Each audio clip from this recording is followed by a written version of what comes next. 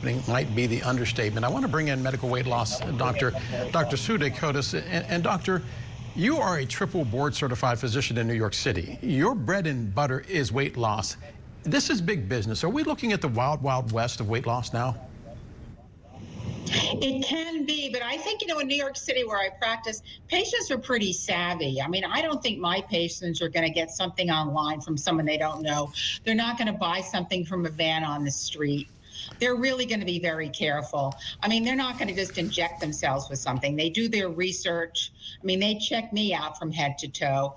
But yes, I mean, I think people that are perhaps not that sophisticated, people that are desperate, just to lose weight, perhaps people that are looking for something cheap, because these medications, when the real medications, are very expensive. So if someone is looking for a bargain, maybe they could be suckered into one of these sites. Doctor, if you want to know the market that's out there, just go to Mexico, where on every street corner there is a drug store that is advertising things that you can't get in the United States without a prescription from someone like you. How much money are these physicians making off of these diet drugs, I guess, in this shadow market? Yes, I mean, it's hard to know who's really running this. I mean, perhaps the drug cartels are running this. We don't even know if a real physician is making any money on it. But if he or she is, then shame on them, because it's certainly very, very dangerous. So I think it's really just a matter of educating the public. You don't know what you're putting into your body. It could be very, very dangerous. What if there's fentanyl in there? I want to back up to something that we saw in Katie's investigation. She walked out. She had the drug. There was no prescription. Her name was not on the envelope. How many alarm bells went off as you were watching that investigation? Yeah, I mean, that's really crazy. I mean, your name isn't on the prescription. You don't know who this person is.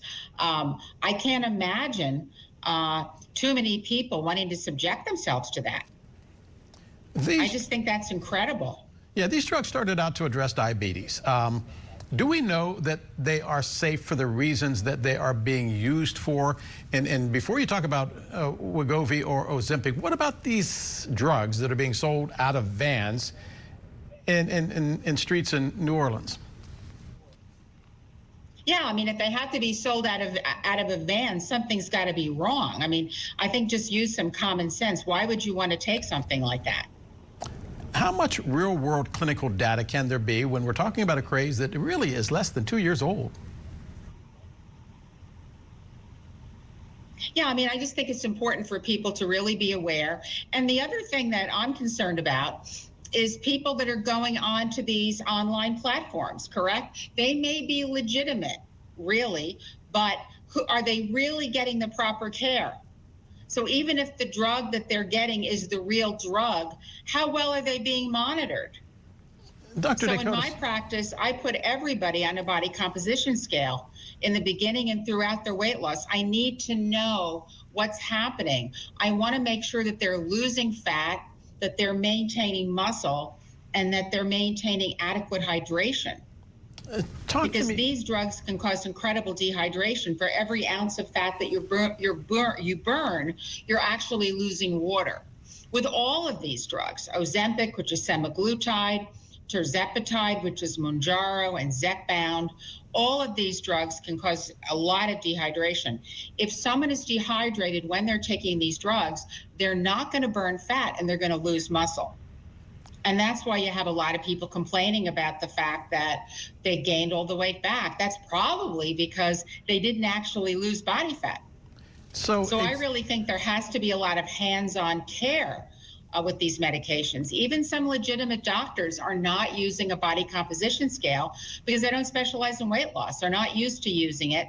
They're just writing a drug. They might be giving patients some good advice, but they don't really know how well the patient is actually doing. And there are so many positive effects to using this medication. It's also an anti-aging medication because when you are balancing insulin, you're doing so many good things for your body. But it's good for cardiac health. It reverses fatty liver. Yeah, I want to get this in. It really relieves a lot of brain fog that people might feel as they're getting older, as well as helping them lose fat. And as we know, these drugs were initially started to treat type 2 diabetes. So there are so many incredible effects when these drugs are used properly. But it just really frustrates me to see so many people who are not getting the right care. Dr. Sue Decotiis, I want to thank you very much for being with us, especially your time and insights into what is now appears to be the wild, wild west of weight loss. We will be right back. Stay with us.